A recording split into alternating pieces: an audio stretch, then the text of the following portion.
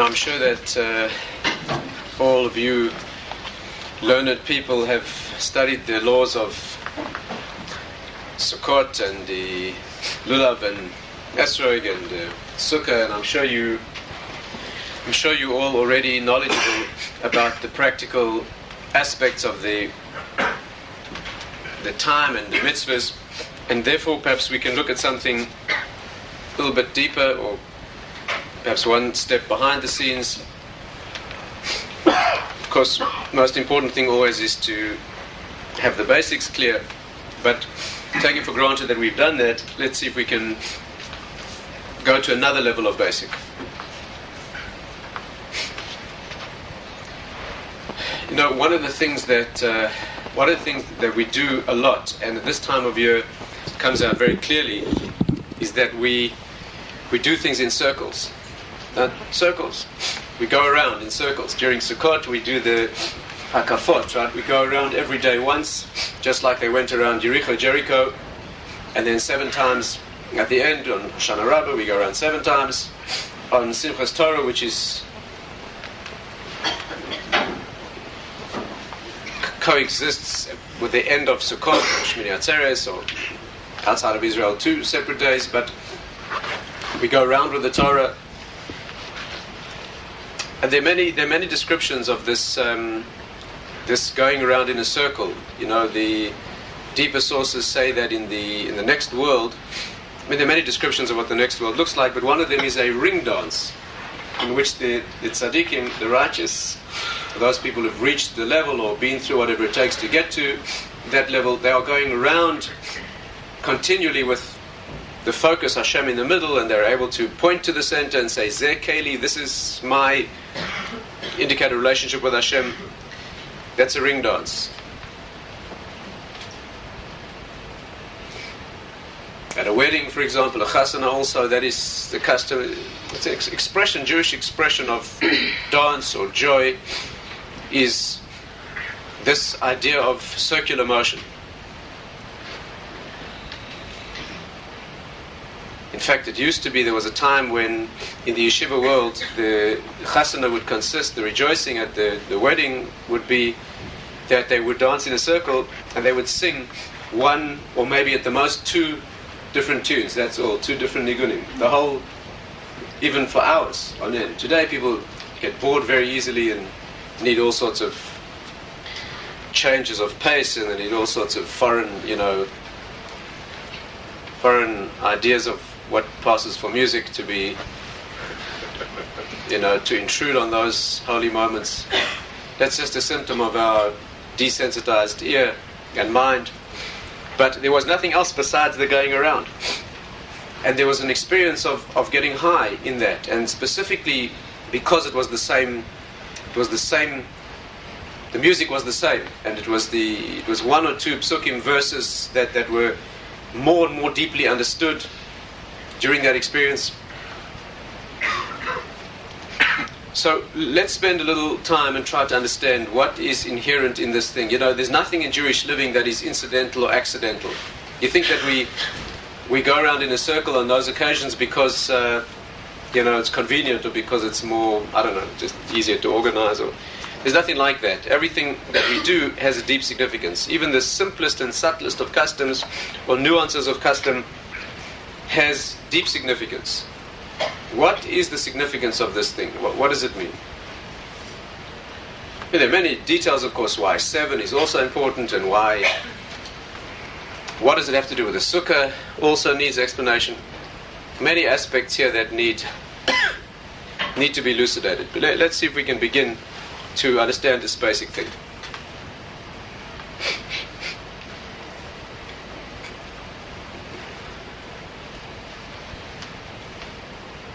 Well, first of all, a circle, like many ideas in the spiritual world, is one of those things that contains 2 opposites within it. Contains a potential lowliness, a problem, and also the potential for the opposite. The potential for problem is that a circle is the places that describe these things, talk about these things at this level, indicate that a circle is a shape that is the symbol of the spiritual problem zone. It is the opposite of spiritual life. A circle has two facets. It symbolizes, on the one hand, perfection. It's a unique shape. Of all geometrical shapes that are conceivable to the human mind, it has a uniqueness. We'll try and explain what that is. And in that, it symbolizes perfection. And you see that in many places. One is one beautiful source relating to this indicates that the rainbow is called a keshet. A keshet means a bow. A bow means half a circle. And one of the ideas inherent in the rainbow, I'm sure you're aware that a rainbow, apart from the fact that it also has 7 components, explicitly and clearly, almost miraculously clearly, a rainbow is a sign of severe problem for the human condition. Now, the rainbow is, we have a deep tradition. It's quite clear. It's brought down in Chumash and discussed extensively that a rainbow is a sign of a reminiscence or a recollection, if you like, a reminder of the fact that there's a covenant not to destroy the world. After the flood, this covenant, this sign of covenant was issued or manifest to be a symbol, as it were, that the world will never be destroyed again. That might sound good, but in fact it's a problem. It's negative. The negativity is that whenever the world is on the brink of needing destruction, then you need the reminder, a treaty, a covenant, a sign of commitment that will never happen again is needed at a time when there's a danger when otherwise it would have been needed. And you see, a rainbow is problematic. It's an indication that things are not good. Things are not good. And that here that the only reason that a consequence is not being followed through is because there was a promise to that effect. It's a reminder of that. But one of the symbols in a rainbow is that it is a semicircle. And what it means is there's an invitation to us to complete that part of the circle that we are failing to complete.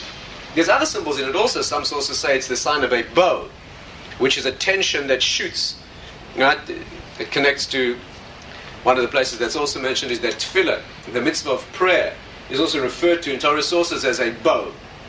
B'charbi b'kashti, with my sword and bow. A bow is the thing that the more tense you make it, the more pressure, the more exertion you put into it, the farther it shoots. But apart from that, that's also very significant that it's a half a circle. But here you have the half circle being that as if to say his half of the circle is there, where's yours? And you're invited to put your half, right, to form that marital ring, which is the symbol of perfection. It has that symbol of perfection. It's one of the reasons that we have a custom that the gift that the chassan gives, the color, the bride, the groom is giving to his color. It could be anything that's worth a certain statutory minimum. But our custom is to give a ring, and it should preferably be a plain ring, just a perfectly round plain ring. It's also the reason why the bride walks 7 times around the groom, even though he takes her into his chuppah. The chuppah is a symbol of his domain, that she enters his domain. But if there are beautiful, subtle messages, although she enters his domain, she then describes a circle around him, the indication being that you may think this is your domain, but I define the place where you exist. That's based on a apostrophe. A woman is the one who surrounds the man. There's a lot of deep things here. But so you have here, on the one hand, the symbol of perfection, which is that completeness which is a circle, and yet it is also spiritually problematic.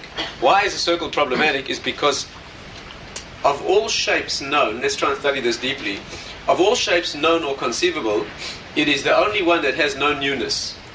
The spiritual world consists of newness, that every moment is a creation. We have a notion that the world is created at every moment. Of course, it's every microscopic fragment of every moment, but it's convenient human terms. We say every moment, however short that fragment of a moment is. The world is created anew. The general notion is the world was once created, but then it continues in its creation. One of the unkosher philosophies, one of the atheistic not exactly atheistic, but not exactly what the English word is, but one of the denying or anti-Torah philosophies, very common one, is that the world in fact was once created, did once have a creator, but then he left the world to its own devices. In Western philosophy, this is known as the watchmaker theory. He created the world and left it to run on its own. The evidence for that is that the world is a mess. It's not based on no evidence, and it's based on very good observation that the world does not look like it's being maneuvered or manipulated towards a purposeful end. It definitely doesn't look that way. So these people come along and they say, you see, the world is chaotic, and you see it's not going any place directed or meaningful. On the other hand, you can't say that it created itself. That's ridiculous. So they solve that conflict by saying the world did have a divine creator that explains its incredible intrinsic order and organization and beauty and potential, but he left it. And the evidence for that is that it's a mess. So that is explicitly against Torah thinking. The Nefesh Chaim says, and it's explicit in many places, that our concept is mechadesh b'chol yom b'tuvoi, that he creates the world, ma'aseh bereshis, he makes the act of creation of Genesis, as it were, every day at all moments. Right? In other words, the world is constantly being recreated. Right? It's not that it was left to run. But this has its own wonderful world of investigation. I mean, if you want some homework, it's very productive exercise. Is if the world is created anew, afresh at every moment, then how's the world sustained on Shabbos? Because Shabbat, yes, is a lack of new creation, and he obeys his own rules. Hashem obeys his own laws. And if you may not perform those 39 creative acts that were needed to build the Mishkan, the microcosm of the world, it's only an indication of the fact that he rests on Shabbos, and the Torah says clearly that he rested. So if he rested, what keeps the world going? Are you with me? It's a good homework exercise. The Nefesh Chaim says, we're here to learn to think together, right? The Nefesh Chaim says that the world is unlike a human creation. A human creation, once you've created it, if you move away from it, it remains. But the world is not like that. The world is created in such a way that if the source of its creation would move away, the world would disappear instantaneously. It is only a projection of his being. And therefore, at every moment, he projects his essence into it. Right? So how on Shabbos, if he desists from creation, how does the world sustain itself? That's a fascinating question. But the point is that it is created at every moment.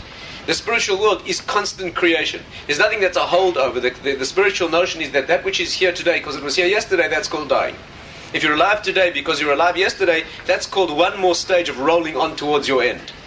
The only way to be alive today is when you recreated life today. That's genuine life. That's called chidush. That's what it is.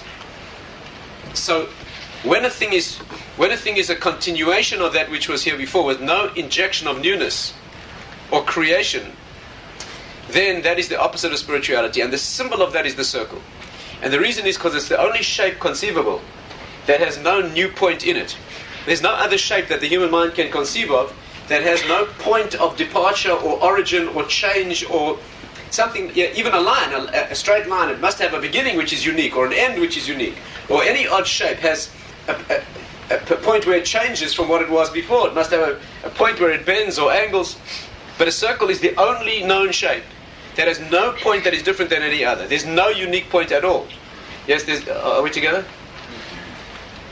That means that you can't take no matter how small a segment of the circle you take, it's identical to any other segment of the circle, and no matter how small the segment is, it already predicts a boring end.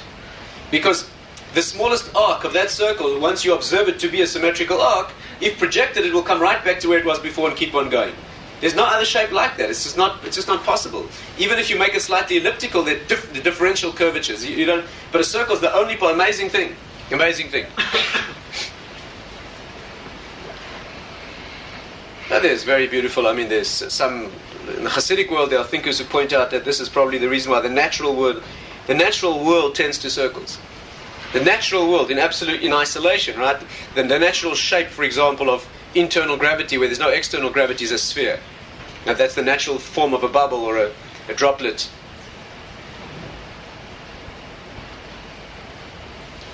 One Hasidic thinker even, just to show how far it goes, he once asked a question about a honeycomb. Bees, what do you call it? The honeycomb? The honeycomb itself, right, is unusual because it has 6 sides. It's a very unusual shape in nature. Extremely unusual shape. Extremely symmetrically 6-sided structure, and a very unusual shape. Why is it like that? Because had it been circular, a lot of space would have been wasted. If you put circles, they're actually cylinders. Yes? You see the honeycomb? If you put cylinders together, you waste a lot of space where the circles, and therefore, for the maximum use of volume, hexagons solve that problem. There's no wasted space at all. Right? And that's why. So he came along and he asked this Hasidic mind. There could have been squares. Right? A square is a much simpler structure and also wastes no space. But the difference is that when you have to choose between a square and a six-sided structure, the six-sided structure is closer to a circle. When nature can't do what it wants to do, it goes as close as it can. And therefore, instead of solving the problem with four-sided structures, it solved the problem with six-sided structures as close as you can get to a circle without wasting space. Remarkable thing.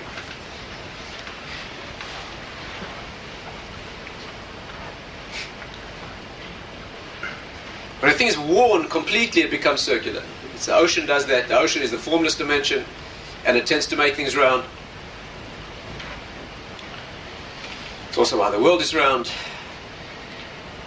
But it is a shape with no newness.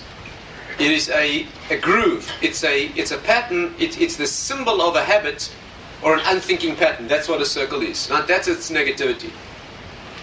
The letter, of course, the letter in Hebrew that indicates this, we've said many times, we shared the idea many times together, that you always go back to the origin in the letters, right, in the words, the Hebrew words themselves. And the words are built of, the building blocks of the words are the letters themselves. And therefore, to understand the letters thoroughly gives a full understanding of the concept. A circle in Hebrew is a samakh. That is the Kabbalistic letter of negativity, right, which is in that letter, it's the female letter, the letter of the woman. Inhering in it is the dimension of curse and blessing. Right? Both dimensions there at the same time.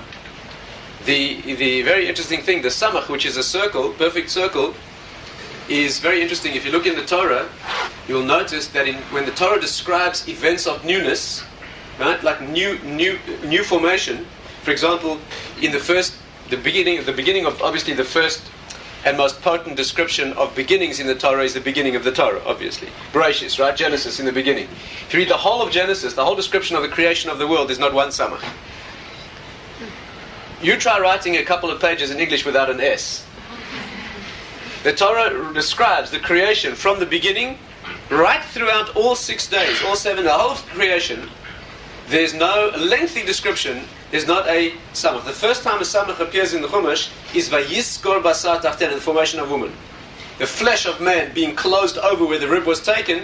So it says, and there is the first, in the formation of woman, is where the first samakh appears. There are two beforehand that are written a little differently, and that the Medrash deals with. I'm not going to go into that now. Describing circular rivers, or rivers that go around. But the point is that, which is no contradiction to this, but that's also, if you follow through in the Parsha and the Torah, the section that describes the first fruits that are budding and have a status of holiness because they are first, right? Symbolizing that moment of new creation. In the whole Parsha of Bikurim, there's no samakh either.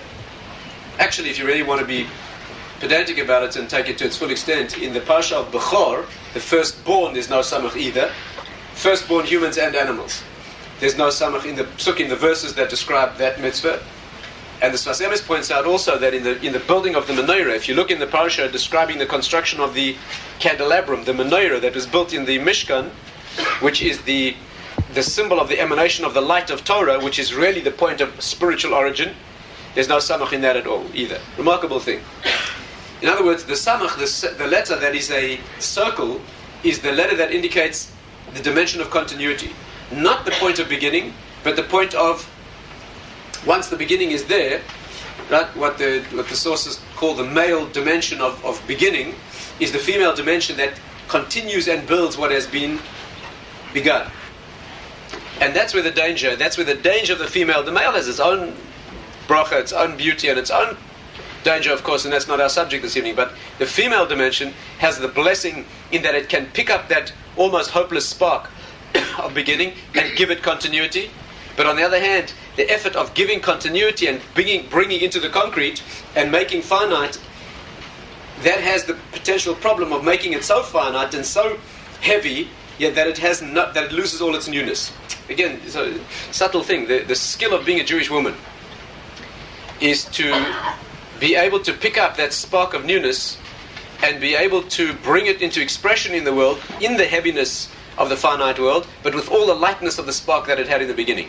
Right? That's the skill of being able to fan a flame, a roaring inferno, from a spark that would have died otherwise. Right? And that's the formation of a child. Yes, the father's only giving half a genetic code, that's all. Without a woman to bring it to reality, that It's nothing, not even. I mean, there was a Hasidic Rebbe in Jerusalem who used to give his students apples, and the unmarried boys used to give half an apple. And that was a big compliment, half an apple. They're not worth half an apple. There's nothing. It's just the beginning of a potential of a seed. That's all it is. Without a woman to pick it up and give it reality, it's nothing.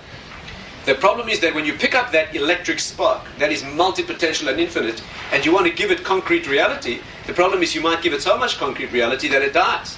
That you might have given it reality but frozen it in the process.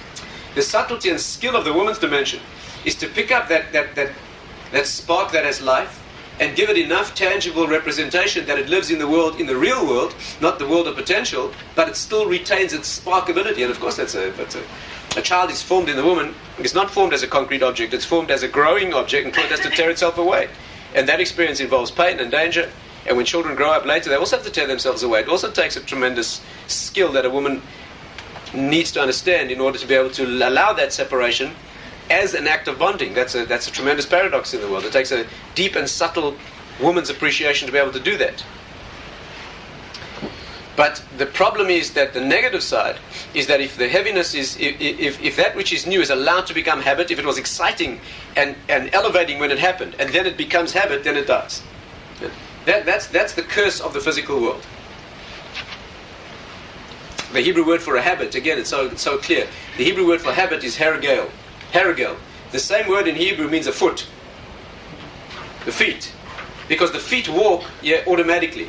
The feet, a habit is that which has got no intellect. The feet are furthest from the dais. The intellect, the point of origin, the highest point of the body is where a child's skull is open, where there's a direct connection, right? A man tries to reopen that with his tefillin. The tefillin are worn at that place with a reconnection of the brain with that which is transcending the brain. That's what tefillin are. But the opposite end of the scale is the feet. That's why we've discussed this also many times. That's why the bottom of the feet is where the death energies are put into the world. The bottom of the feet, the Gemara says, are dead even when you're alive. That's why the heels don't rot after death. Because they ain't rekev ba'akev, the Gemara says. The heel does not disintegrate. It already has the poison where the serpent puts his poison into the heel.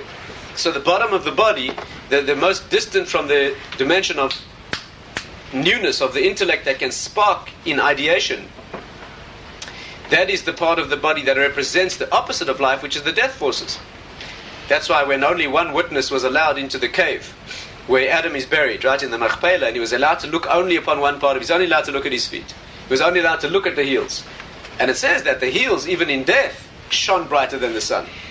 Even though he had fallen already to human size after he failed and did what he did. And even though he was now dead, the heels of his feet shone lighter than the sun. But nevertheless, he was only allowed to look upon that supernal human form in its place of death. No human could see more than that. That's the feet dimension. So the circle is that pattern that has no newness. It is it's a repetition of sameness, which is where the spiritual problem is being felt in the world. No other shape like that. Every other shape requires a moment of decision, a moment of transition or thought. But a circle is the one thing that you can safely get into, and if you walk in a circle, once that's running on automatic, so the rest of your life you can walk a deeper groove, a deeper rut, and never change.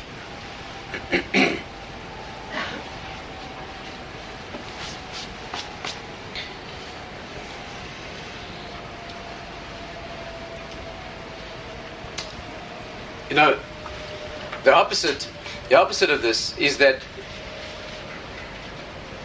every moment of life needs to be a moment that is generating, that creates its own essence. You know, perhaps the best way to put this, amazing, almost ungraspable depth of just no possibility for any language on earth other than Hebrew to begin to express this, is that where would you learn? Let's think together. Where would you go to learn a lesson in creation of newness or self-creation? So you go to the beginning of the whole path of the Jewish idea. Right? You go to Abraham Avinu. Abraham, Av. The name Avraham means the father of a multitude. Av. Right? The word Av, the beginning of his name, are the first two letters of the alphabet. Right? The alphabet in Hebrew begins Aleph Beis. Those two letters mean, amazing thing, those two letters together mean father. They also mean desire.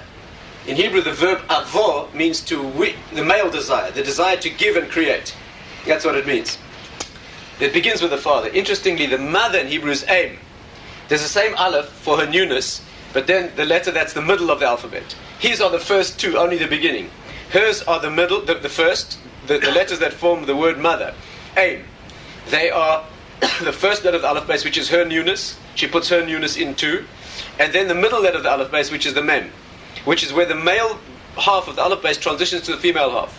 And it's the male-most moment of the female half. The first moment of creation in the female half is what she puts in. And those two letters together spell aim, meaning the mother. The other meaning of those two letters is im, which means if, because it all depends on her. The first two spell desire, to begin, and father, to mention, aleph base. But then it's im, yes, he goes to her, which it all depends on her. She's the condition. If yes, if not. If this way, if that way. She makes the selection and it happens the way she builds it. It's no accident, of course, that those two letters, im, aleph mem, are the beginning of amen, emunah, the faith dimension, which means the loyalty dimension. She brings it to fruition. And of course, when brought to full fruition, when you spell not just aleph and mem, or aleph and mem and nun, the very next letter, one step into the darkness, but you go all the way to the end of the aleph base with the taf, you have emes, the dimension of truth, which is the beginning, the middle, and the end, the fullness of what was contained in the aleph in the...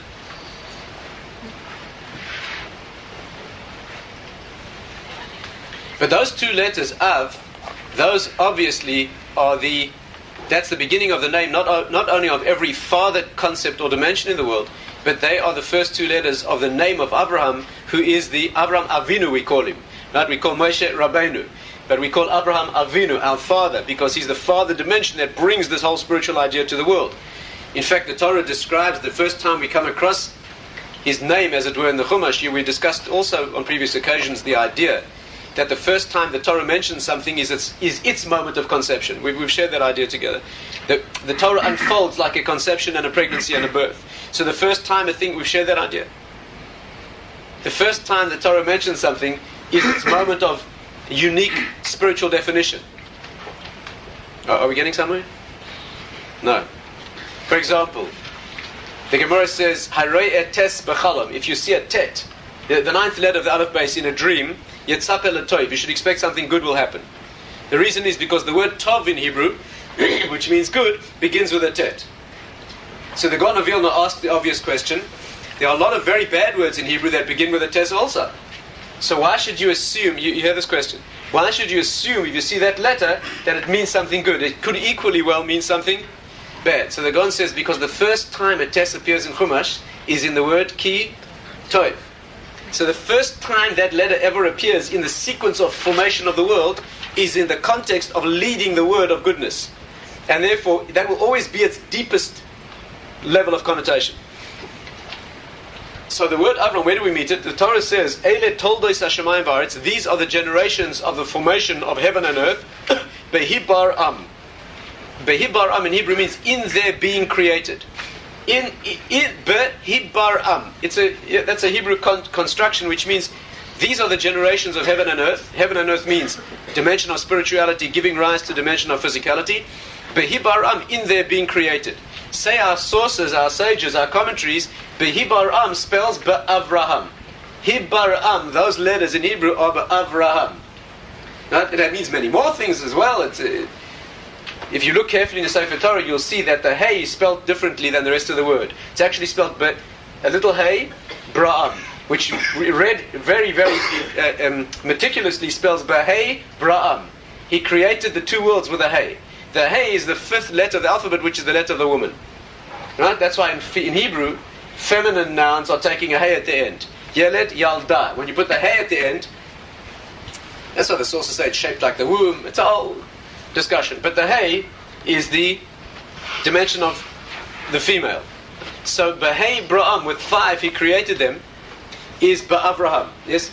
That man who began this path of spirituality that leads everything back to its original source, which is what he recognized and did it in and of himself, not having received it as a tradition. So he teaches this lesson. He teaches the lesson of being able to start something new where there was no possibility of a beginning, as it were. In other words, that is everything that he stands for. He brings a child into existence. He and Sarah bring a child into existence where there's no possibility of a child being born. They are too old. Sarah can no longer have children. She never could have children. The Gemara says, Ein la vlad. She had no child. Our oral law reads that sentence, Ein la beis vlad. She had no womb. She had no womb. She could not have a child. She was too old even if she had. And she had no womb even if she wasn't. And they have a child. And that's why the child's name is Yitzchak, which means laughter. Because that's impossible. Laughter is the expression of reaction to an impossible event, to an completely incongruously impossible event. But they teach this message of bringing beginnings into existence where long... when Avraham stood against the rest of the world, right? They began a plot to take over the spiritual control of the world, the whole generation. And he stood apart. He was the only human being on earth, virtually, who stood against the entire multitude of humankind at the time. Talking about a tremendously heroic act. So there was a thought of destroying him. And the response of the people was, why bother to destroy him? The term they used about him was an infertile mule. Like a mule is a sterile animal. This old fellow, right, who has no possibility of progeny. Who cares about him? We'll continue doing what eventually he'll fade out. This is not a beginning, this is an end. It reminds me, I'm certainly not going to mention names, but it reminds me that during the early years of the State of Israel, not important now to mention names, but the political leader at the time, one of the greatest names in Zionist history, there was a debate between him and his generals. The debate then concerned the question of whether the Israeli army would be kosher, would serve kosher food. And the natural assumption was that, being the army of a Jewish state, the food should be kosher. And there were certain political leaders who were against it. They were against it because ideologically this is not a state founded on religion. This is a secular state. It's founded on ideology but not on religion. And therefore having kosher food, it was a big debate at the time. Every other army in the world serves kosher food, do you know that? Every army in the world where they're Jews, they serve. I was in the army for 2 years, they have very good kosher food. And the South African army. Because they respect the... But there was a fear that this would be a statement of religious acquiescence. So he who was then the Prime Minister turned to them and said, what's the problem? In one generation they'll all have died. What's the problem? One generation from now there won't be any of this left. Give it to them. What's the problem? So you have kosher food for one generation. But they will have died out as soon as we get this project rolling. Right? After these who are concerned about kosher food die, the children won't be concerned. There's no resurgence of this. And it was accepted. It was universally accepted. That's how the Israeli army became a kosher institution. It was serving kosher food. It didn't die out, in case you hadn't noticed it. It did experience a miraculous resurgence, but that was the thinking. The story of what the Jewish idea is the ability to form beginnings from an impossible nothing, from no substrate. So how does he describe himself? That's a remarkable thing. Understand. When he speaks to Hashem, he says, Va'anoichi afar va'efer. Listen carefully to this. I am dust and ashes. Afar and efer. Very interesting. Two Hebrew words. Again, you have the aleph and the ayin here. It needs a lot of thought. We've discussed some of these principles before. But anoichi afar va'efer. First of all, the word anochi in Hebrew is not the same as ani. You have to know every detail here is important. The word ani means I. The word anochi in Hebrew means, people think it's a classical way of saying ani. But there's nothing like that in Hebrew. Ani in Hebrew means me, I, in relationship to you. I, in terms of my ability to go out and relate. Anochi means I, in and of myself alone. So when he describes himself as his essence, he describes himself as dust, dirt, earth, and ashes. Now, the unschooled ear, the rhetorically trained non-Hebrew, non-Jewish ear, hears that as divinely inspired poetry. I am dust and ashes. It's a tremendous statement of human humility. I am dust and ashes. But there's nothing rhetorical, there's nothing poetic in Torah. Torah is all poetry, but it's all meaning. The poetic clothing of the idea is always secondary. What was he saying by describing himself as dirt, as dust and air? What does that mean? The meaning is amazing. It's almost indescribable in its beauty. What he meant was this, and there's sources that pointed out in detail. What he meant was this. Ash, dirt and ash have got two very interesting opposite polarities. Ash is a completely sterile result of having burnt something entirely. You know, in biology, when you want to study the elements of a biological tissue or an organ, you ash it. You subject it to extremely high temperature instantaneously, and what you're left with is a very fine ash. What the ash is the breakdown of all the compounds into the elemental level. It doesn't disappear. If you ash something, you have all that you had there before. There's all the conservation of the mass, yes, that was there, but it's been broken down. All the association into compound form has been broken down. You're left with elements. That's what ash is. Ash is the elemental remains. That's what afer is in Hebrew.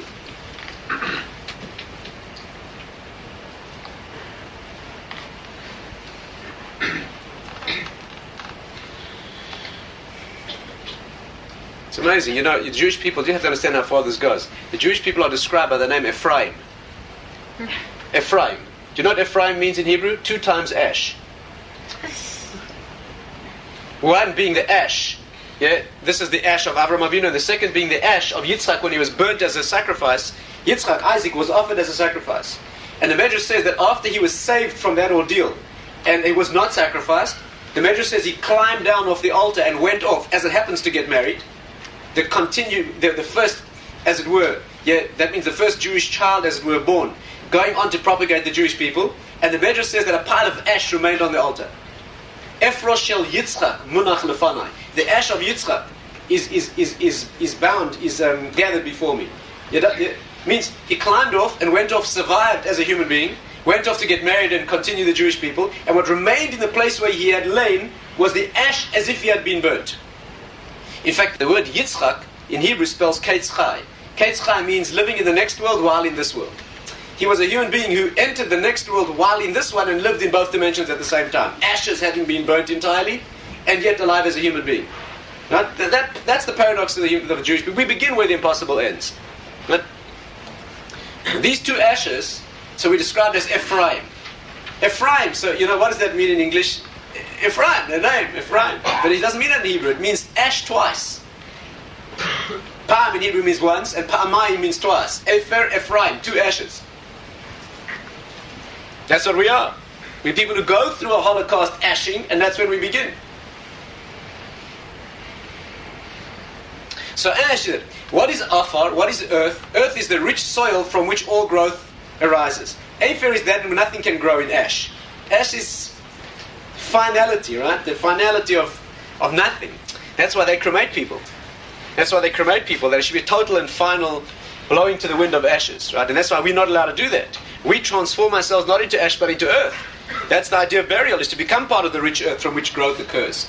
The whole idea of a birth in Hebrew is always referred to as a birth from earth, right? The messianic advent is always described in Torah sources as samakh.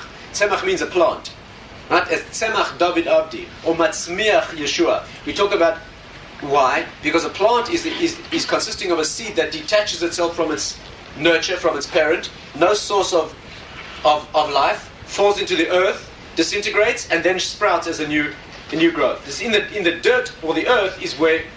So what's Avraham Avinu saying? He describes himself. Avram describes himself as I am dust and ashes. You know what he means? He means that at any point in listen carefully. At any point in my life, I take all that I have developed of myself, all of the intensity that I've put in to the path that I've built to come to the point of greatness that I'm at, and at every moment in my life I ash it.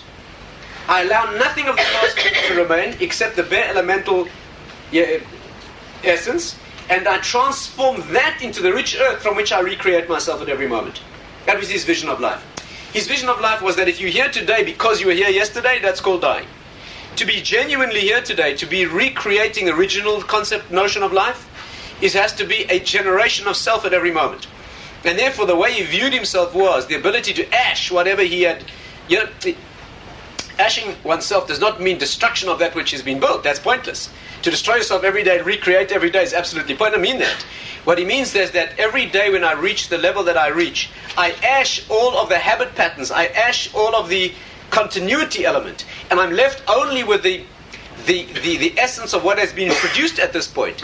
And then instantaneously I turn that into the earth from which a new growth occurs. And as soon as the new growth sprouts, before it can reach the level of habit or continuity or continuation or heaviness, I ash it again into elements and recreate. Unbelievable He grasped himself as continually in that process. But at least once a day,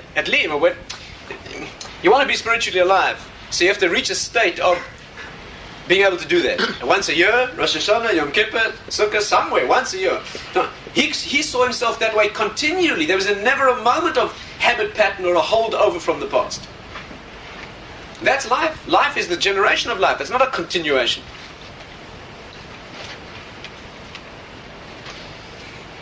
How do you see this in Hebrew words? Well, I think of one example that if this doesn't put it across, there's nothing that will. You know, as a stupendous illustration of it. There's literally no, transcends all ability to convey, but I'll do my very clumsy best. You know, when you want to say in Hebrew a transition from the past to the present to the future, the way you say that in Hebrew is a form that cannot be copied not even dreamed of in another language. Let me try to explain. And hopefully you'll see the connection of the sukkah here as well. You know, when you want to say, let's say somebody walks from one place and they face you, and then they're walking from you on to the next place. It's mundane, simple. Someone walks out of that room, they pass by you, and they walk on into the next room. Nothing more dramatic than that. So in English, how do you express that? You say, where have you come from? And then there's some word for who you are, what you are, and then there's where are you going? But yeah, you can't be more dramatic than that. In Hebrew, you say an absolutely incredible thing. When you want to say to somebody, where do you come from in Hebrew, you say, me'ayin bata. Or in formal language, me'ayin tavo, the way it's put in the verses. Me'ayin, where do you come from? And the person in their personhood now is called ani, the word for the self. Right, is ani. And when you say to somebody, where are you going, you say, la'an. Yeah, anna teilech. Yeah, tu'e. Now those three words, me'ayin, ani, and ana, all based on the same letters in Hebrew. The word ani and ayin are inversions of the same letters. In other words, ayin, aleph, yud, nun in Hebrew means is not. Doesn't mean is not at all. It means is not manifest. Could become, but as yet is hidden. Efes in Hebrew means is not possible, is nothing. Ayin means not yet manifest. Yesh me'ayin, we say, something from nothing. We don't mean something, we mean something from that which was not manifest, was invisible before. That's why yesh in Hebrew is the same letters as shai, which means a gift. Right?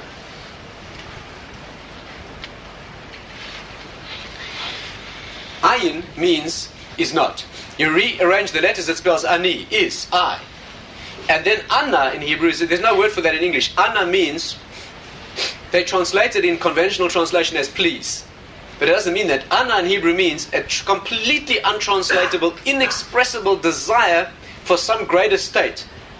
More specifically, a redemptive state. Like we say, Ana Hashem, right? Hoshiana. Ana means, it means, well, please is just hopeless, but it's a spiritual appeal, looking or longing to a state of transcendence, right?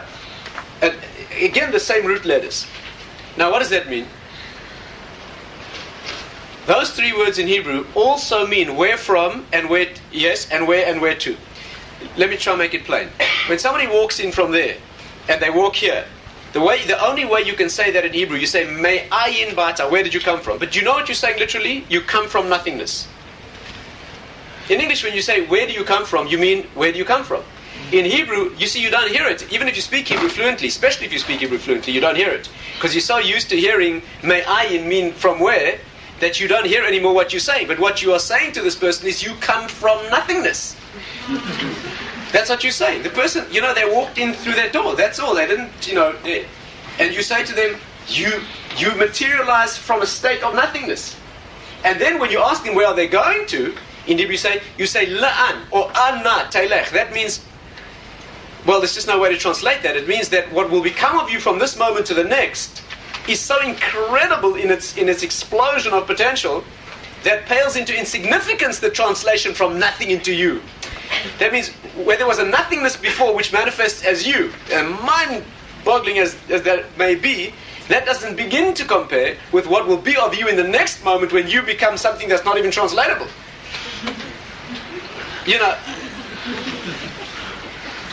So the thoughtless ear hears me'ayin, where did you come from? Ani, the state of being, and la'an, to where. But the statement really means you come from nothingness, you are, and you go to a state that you can't even begin to express. Hebrew grasps, that means Torah language, grasps one moment of human existence as the transition, as powerful a state of existence as the transition from nothingness to existence, and that disappears in what it will become the next moment. It's a tremendous... That's common, ordinary, everyday... This is the reason, incidentally, that the Jewish people never spoke Hebrew as a spoken language. In order not to damage, in order not to bring down, and to make every day this incredible potential, since the times of the first temple, after the first temple times, including the whole period of the second temple, and throughout Jewish history subsequently, we never spoke Hebrew. Right? We never spoke Hebrew as a spoken language. Even if we had to make up another language like Ladino or Yiddish, right? We never spoke Hebrew. Why? Because when you speak Hebrew as a spoken language, you bring it down. Instead of hearing you come from nothingness, right? You hear, where do you come from? And therefore, it's another subject. But that was also part of the secularization of the Jewish people, was to bring down Hebrew into a secularized everyday notion that would be devoid of the spiritual overtones. Isnagidu means draw in Aramaic. Gad means to bring down from a secret world. Agadah means to bring down from a secret world. Agadah means the deepest parts of Torah. In modern Hebrew, Agadah means fairy stories or legends.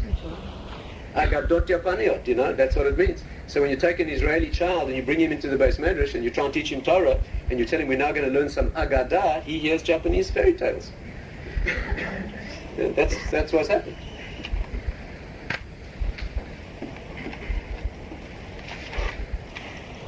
When an Israeli child reads Chumash I'm sorry to have to say this, the Israeli child reads Chumash for the first time and he sees that Hashem looked at the world and he said, Tov Ma'od, that the world's Tov Ma'od.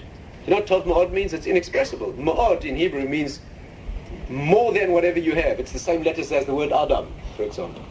When the Torah says Tov Ma'od, the commentaries, there's endless commentary on that. Because if Hashem makes something that's good, it can't be very good. Good is already very good. What does the Torah mean when it says very? It's a whole explosion of spirituality there. But when an Israeli child sees Tov Ma'od, to him it means 8 out of 10.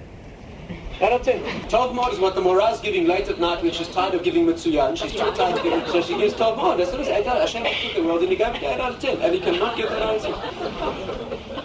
It's as perverse as when you hear words like heaven and hell and angel and God. Right? In your English mind, you see a man in the sky with a white beard. And if you say you don't, you're lying. Because when you hear that word, that's what you see. And when you hear the word angel, you see a scantily clad, 3-month-old cherub flapping through the... That's what you see, right? And you can't get that... And if you hear the word saint, you see a Rubenesque figure with a little levitating gold... You can't get those out of your head. Anyway, this is a separate subject. Our subject is that these words describe the potency of our grasp of existence. Yes, you're describing a moment of existence as a transition from nothing to existence, and that immediately becomes ashed into the earth that it will form in the next moment. Amazing, amazing idea. And therefore, you find this many places. I mean, it's too long to go into in detail. The first law in the Code of Jewish Law. There's so many places to see this. The first law in the Code of Jewish Law. What would the first law be? What? If you're writing a Code of Jewish Law, a spiritual document, you're now going to instruct Jews how to live. Look it up and you'll find that the first explicit law is get out of bed in the morning. So it says, strengthen yourself to get up in... You know what it means? It doesn't only mean that, of practical advice is make the best of your time. It means that in the moment of first consciousness, the day must be lived that way. That's what it means. It means that the language is his gaber ka'ari, strengthen yourself like a lion to rise in the morning. This is law. This is not Jewish character building advice. This is Jewish law. It means that, some of the commentaries say that, what's the alternative? The alternative is that battle. You see, let's try to illustrate it let's bring it down to practicality for a moment. The battle is that old battle between the spirit of newness, the pure male moment, where there's no danger, there's another danger, but there's no danger of oldness creeping in, or tiredness or habit. And then one instant later is the danger of the heaviness of habit and sleep. Right? To put it into practical terms, is that first moment of consciousness in the morning. That very first moment. Most of us miss it. We're talking about an infinitesimal moment of consciousness when there's freshness and there's no thought of tiredness yet. But it only lasts an infinitesimal moment. And then you enter the phase of difficulty. It would... No doubt, none of present company in this room would have experienced this battle. But there are people who do experience the battle of waking up in the morning and saying to themselves, there's an urge to get up and get moving. Right? And as you feel that urge, instantaneously, there's a voice. And the voice says, no, don't do anything rash.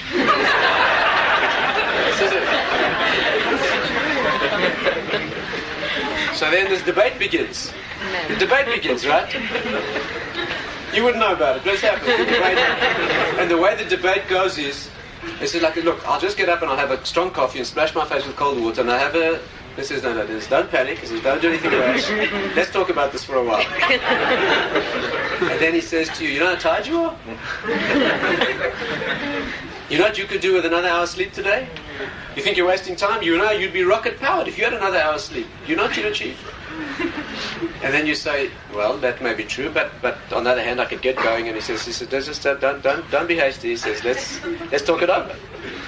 And that's how the conversation gets going. How the conversation ends depends on how classy your Yetzer Hara is. Right? How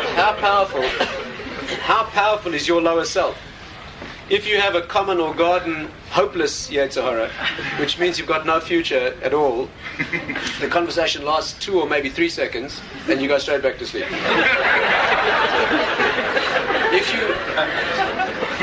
If you have some spiritual potential, if you have promise, then what happens when you've got a stronger Yetzer Hara?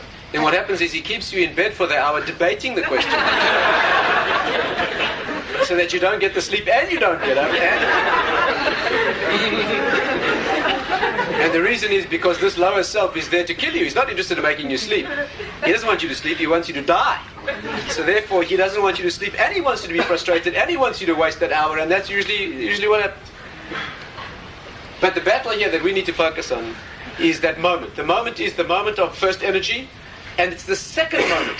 It's very hard to put this into words, but the mystical sources say in the moment of firstness can be no, the way they put it is no Yetzer Hara. That means there's no temptation, no fallen side, no sensuous demands, none of the heaviness of the world can adhere to that first moment. The moment of firstness is always pristine and absolutely pure. It's only the moment that comes after, it's the continuation. Some sources actually say that's why your own lower self is not driving you to newness. One of the humiliations of being a victim of one's own lower self is that one finds one's always a victim to the same problem. Do you notice that? I mean, not you again, but if you observe people who fall prey to their own lower energies, to their own lowliness, you'll find that they are constantly victims to the same area. It's like married couples who argue. Married couples argue for 35 years. The same argument. They're doing it, entertain themselves with chidushim. It's not like that. The same argument for the last 35 years, the same words, not just the same subject. The same words, the same response. It's the same. You think you could come up with something new but it's not like that. And your Yetzer Hara is like that. He doesn't say do something interesting and new. He says do it again. That's what he says. And once you fall in victim and you feel disgusted, he says do it again. And it's again and again and again and again. That's what's humiliating in it. That's what denervates you on Yom Kippur, Rosh Hashanah, Yom Kippurs, because what do you mean you're going to overcome this problem? That's what you said last year. It's what you said yesterday and the day before and the day before.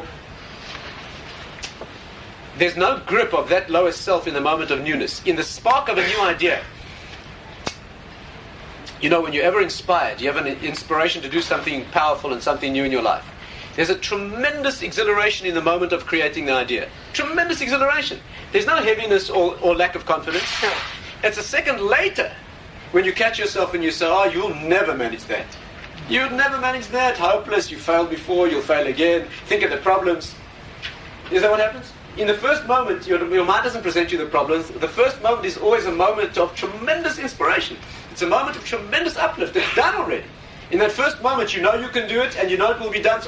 It's the second moment where the problems begin to chip it away. And that's why the Shulchan Aruch, the first law in the Jewish canon of law is get up in the morning. What it's telling you is that as you open your eyes, you leap out of bed. If you want to have a fair fight with this thing, you need to leap out of bed before there's time for the debate. Then you can debate. Even then it's hard enough. You stand there shaking and wondering what happened to you. Even then you probably lose the battle. But at least you're not fighting him in his territory. You fight him in his territory, it's hopeless. Once 1 second has gone by, it's hopeless. You're a victim already. And that's what Shulchan Aruch means. It's not good advice, get up early so you can use the day. It's not. It's much deeper than that. It means that get up with a moment of firstness. That's what it means. And the day will be that way. Once there's been a movement, and the next movement is a recreation. And what the pattern that's been established is a pattern of ashing and recreation. So then it will be a nuclear reaction. That's what it will be.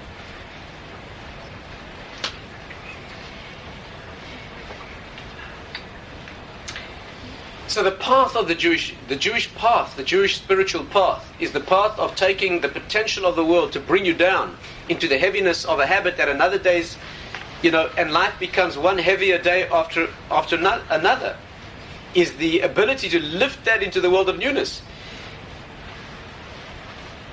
If you look at it in a yearly cycle, the year in Hebrew is called Shana. The word Shana in Hebrew means again. That's what it means. In Hebrew, the word Shana means twice. It means again, a second time, not a first time. In Hebrew, it means the word Shana in Hebrew means twice. It means again. It also means to learn, because it means going over information until it means repeating information until it becomes part of you. But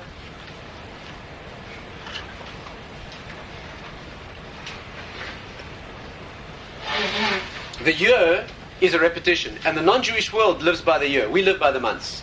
The word Chodesh in Hebrew means Chadash, it means new. And we count by the lunar year. We don't look at the solar year. The solar year is a Shana, means again and again. And what we do is we live by the lunar year, which is the year of Chadash, which means HaChodesh Hazeh Lachem.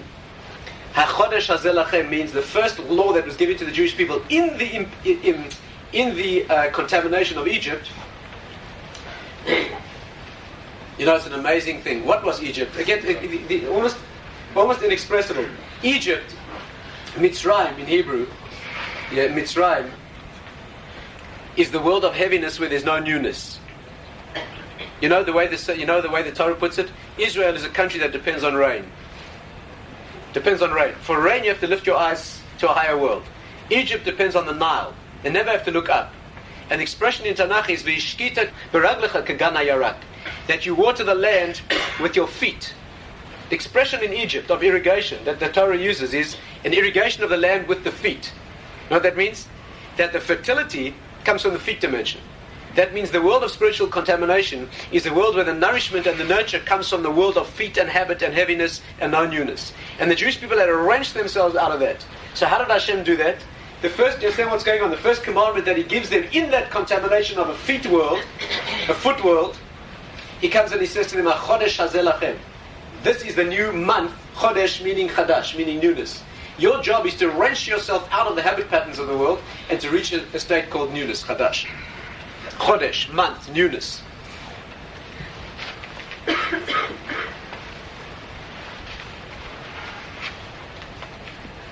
One of the Tanaim, it's an amazing thing, one of the Tanaim was living in a place of Torah.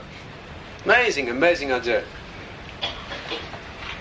Rabbi Elazar ben Arach was his name. He was the greatest of the generation of sages. Tremendous spiritual giant. And his wife was not in that case, his wife was not on the correct spiritual level. And she guided him to move to a non-Torah place. To a place where there was good wine and good water. It's a whole...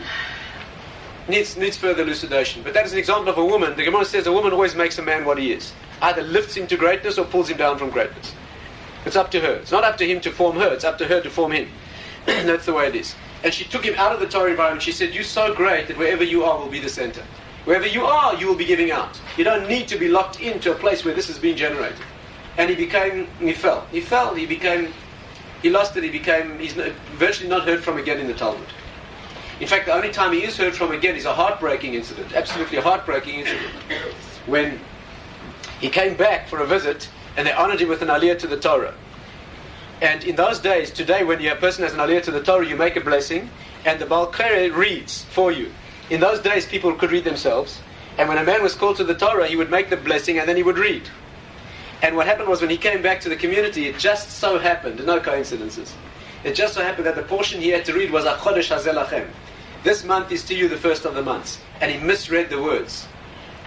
You're talking about a slip of tremendous illumination, of depth, illumination of what is. Instead of reading HaChodesh Hazeh Lachem, he read HaCheresh Hayal Libam. Which is almost the same words in Hebrew, but it means a complete opposite meaning. Instead of HaChodesh Hazeh Lachem, this to you is the month of newness, the first of the months, he read HaCheresh Hayal Libam. Their hearts had become desensitized and insensitive. It's a slight adjustment of a letter in each of those words. That's what had happened to. But Torah, living, is the idea of a recreation. Torah minds are elastic and flexible. The older a Torah sage becomes, is more youthful, becoming the creativity of his mind. Remarkable thing, remarkable thing. There's no way to describe it as you had a personal experience. I mean, I happened to be close. I was privileged to be close for a number of years to Rav Simcha Wasserman, and I mean, one of the last of the previous generation. I mean, I could never understand it at a medical level, how a person could be 90 years old and be, first of all, I don't know medically how he did the physical things that he did at the age of 90. Physically. We used to go and fetch him on his way back we used to the privilege of fetching him at the airport when he arrived back in Israel from France, on his way to New York. He hadn't slept for 2 days. It was 3 o'clock in the morning, and on the way back in the car, he would ask us what we're learning, and you didn't have to say the subject. All you need to say was the masech, the tractate, and the page number. And it would instantaneously tell you to look up the last line on the, I mean, he had all of his finger. The only one I ever saw keep up with him was a Rebbitzin, and she was 88. It's a remarkable thing, indescribable thing.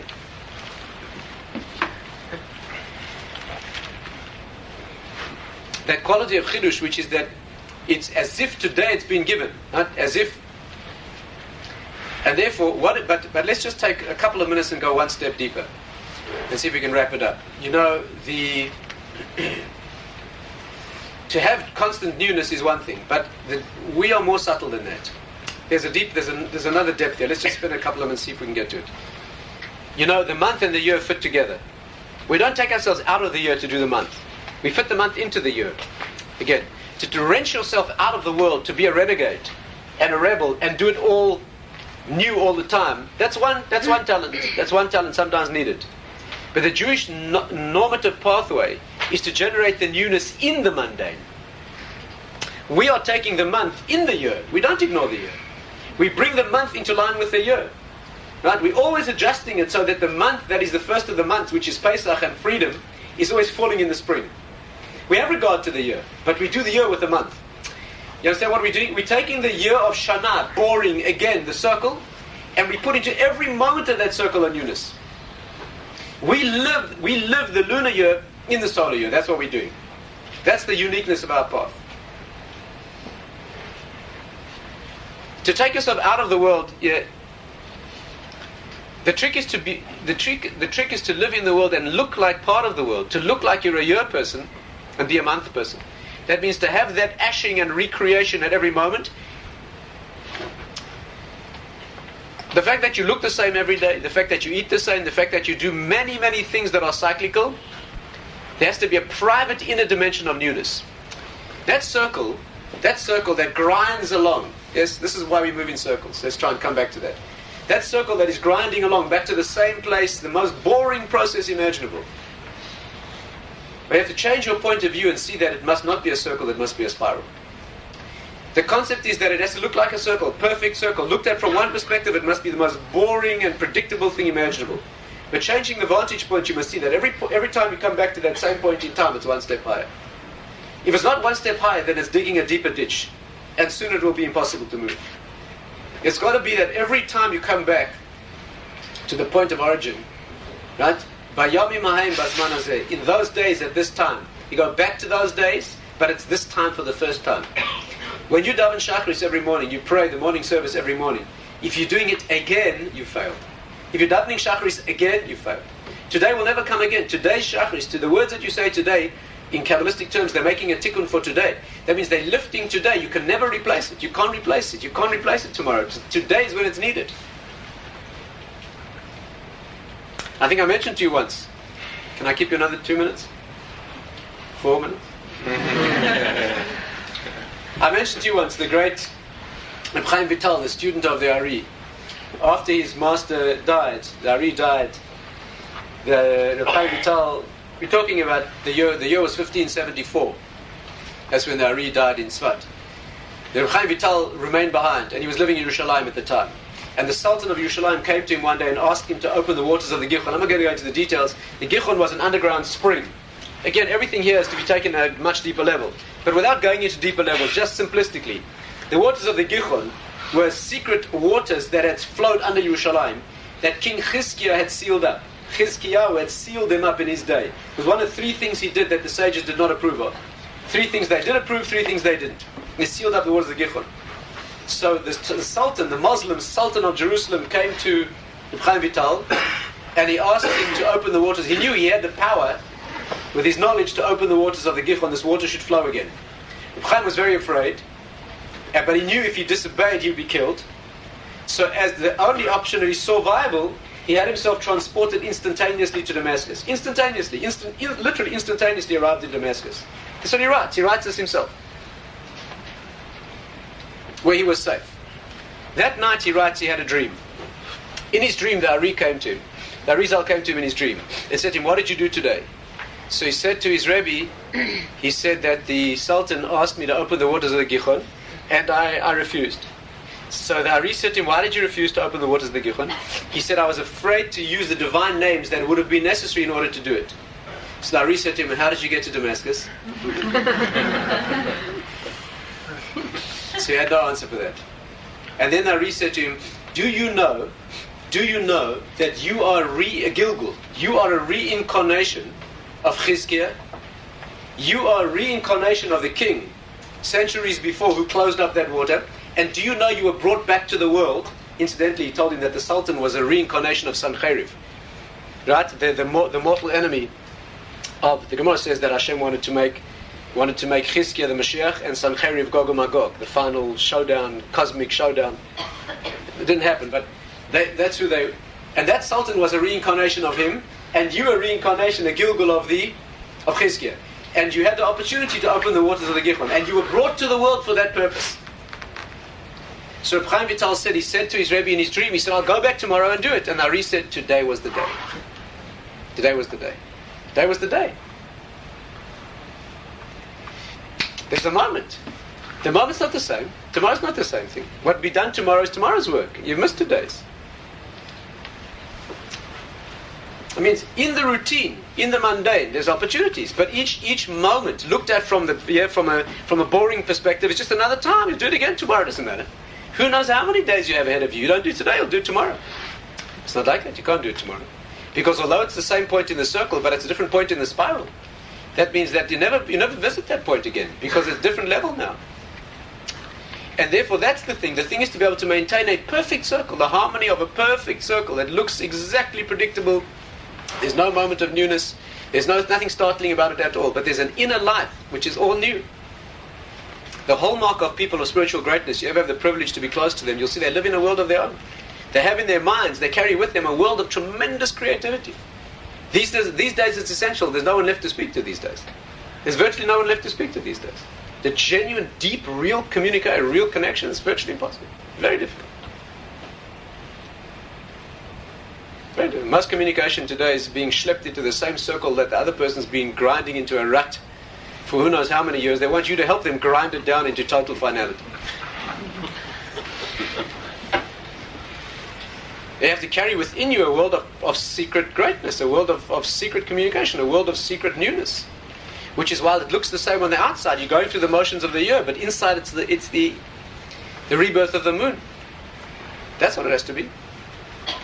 And therefore we go in circles.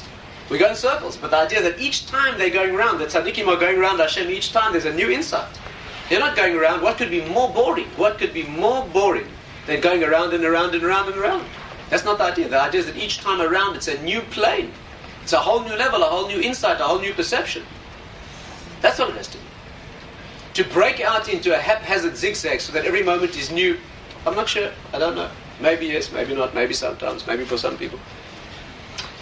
That's not where it is. Where it is to be able to maintain what appears to be that monotonous routine. That's a perfect reliability. But it's every moment new.